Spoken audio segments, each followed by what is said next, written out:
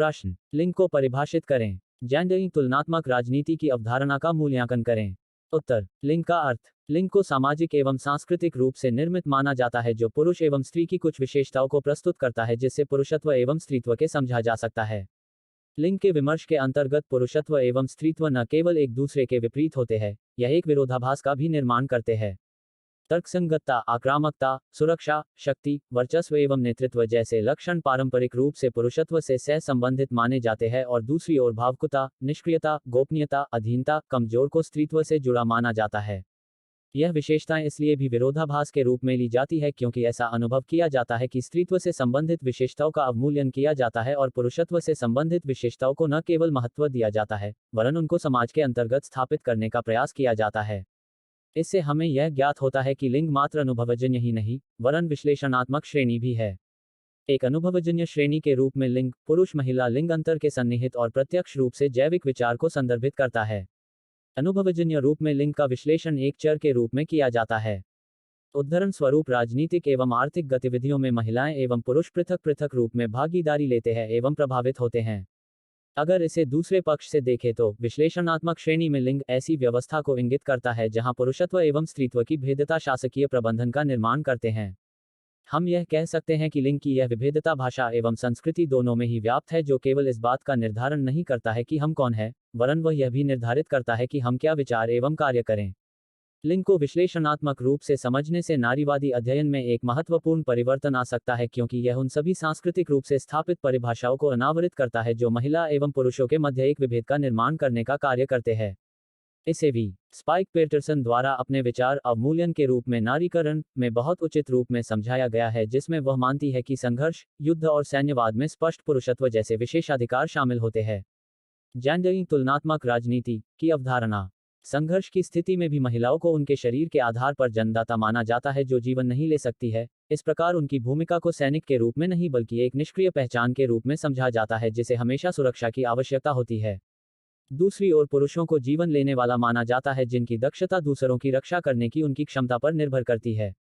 हत्या करना उनके मर्दानगी पुरुषत्व का न्याय करने और जश्न मनाने के कारकों में से एक माना जाता है।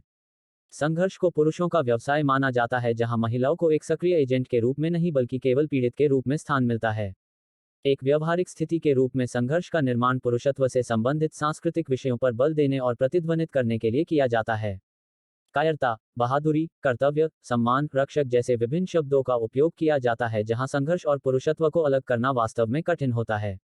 युद्ध और राष्ट्रवाद की तरह देशभक्ति संघर्ष की स्थिति में एक प्रमुख भूमिका निभाती है जैसे इजराइल फिलिस्तीन संघर्ष में दोनों पक्ष अपना राष्ट्र बनाने के लिए संघर्ष कर रहे हैं। दोनों तरफ के लोग इस स्तर तक देशभक्त हो गए हैं कि एक दूसरे को मारने के लिए अग्रसर हो गए हैं। कभी कभी यह प्रश्न उठता है कि पुरुष इतने संघर्ष में क्यों है।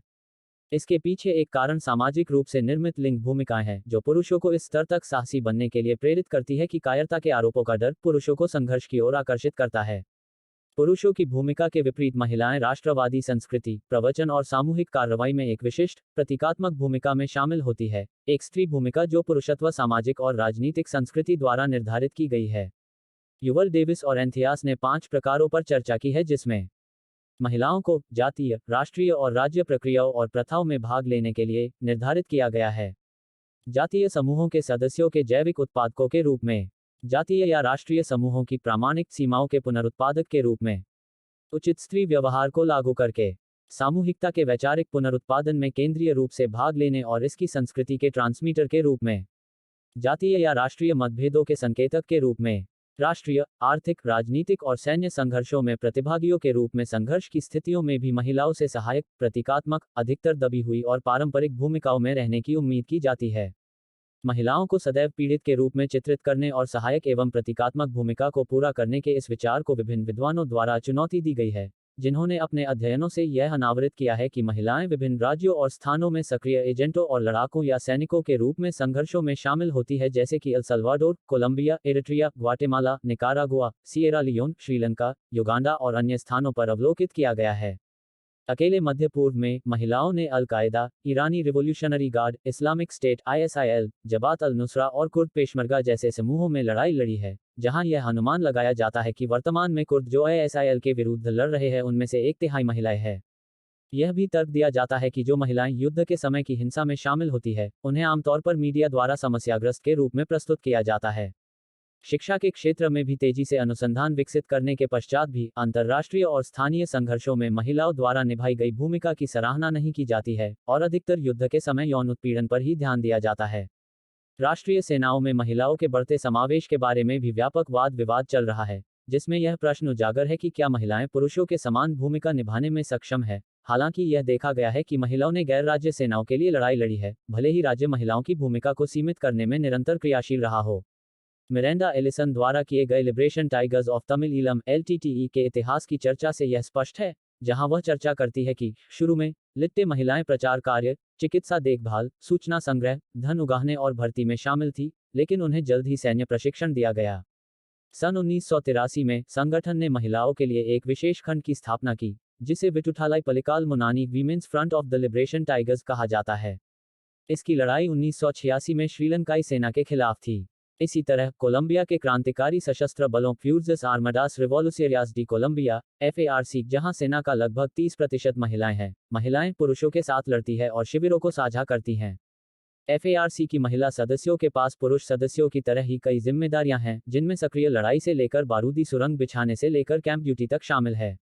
इन उदाहरणों के साथ यह तर्क दिया जाता है कि समतावादी या मुक्तिवादी विचारधाराओं के साथ काम करने वाले समूह महिलाओं की भागीदारी के लिए जगह प्रदान करते हैं और उनकी भूमिका पुरुषों के बराबर रहती है। 1962 में अल्जीरिया ने स्वयं को फ्रांसीसी औपनिवेशिक शासन से मुक्त कर लिया। संघर्ष एक लंबा और कड़वा था, और अल्जीरियाई महिलाओं की भागीदारी के लिए अल्जीरियाई स्वतंत्रता की लड़ाई उल्लेखनीय थी, जहां लगभग 11,000 महिलाएं राष्ट्रीय प्रतिरोध आंदोलन में सक्रिय भागीदार थी और 2,000 महिलाएं आंदोलन के सशस्त्र विंग में थी। एक मुस्लिम देश के सैन्य आंदोलन में महिलाओं की इस व्यापक भागीदारी के बावजूद स्वतंत्रता प्राप्त होने के बाद अल्जीरियाई महिलाओं ने स्वयं को रसोई में वापस पाया। इससे पता चलता है कि राष्ट्रवाद रूढ़िवाद की ओर ले जाता है, जहां यह पितृसत्ता का प्रतीक होता है। निष्कर्ष कहा जा सकता है कि सबसे पहले शांति एवं शांति निर्माण के सभी स्तरों पर भाषा संबंधी बाधा को समाप्त किया जाना चाहिए।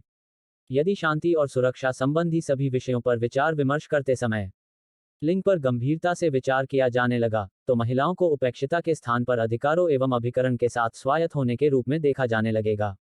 एक प्रमुख विद्वान द्वारा इस विषय पर उचित विचार दिया गया है कि वास्तविक शांति मात्र युद्ध की समाप्ति से संभव नहीं है, वरन यह एक ऐसी न्यायसंगत सामाजिक व्यवस्था के निर्माण से संभव है जहां सभी प्रकार की अधीनता एवं प्रभुत्व और असमान लिंग संबंधों से मुक्ति प्राप्त हो। इन आलोचनात्मक विद्वानों ने नागरिकों एवं योद्धाओं के मध्य विषम वर्गीकरण को भी समस्याग्रस्त किया है, जहां महिलाओं और विशेष रूप से बच्चों की मृत्यु को नागरिक मृत्यु गणित में सम्मिलित कर लिया जाता है। अधिकांश सुरक्षा अध्ययन से संबंधी साहित्य ऐसी गणना करके कि महिलाएं अनिवार्य रूप से योद्धाओं के विपरीत नागरिक ही होगी, महिलाओं को हिंसा के अपराधियों के रूप में चित्रित करते हैं। प्रस्तुति समापन। आपका धन्यवाद। Disclaimer. This notes has been made after a lot of research, yet the accuracy of the answers may vary. The author assumes no responsibility or liability for any errors or omissions in the content of this notes.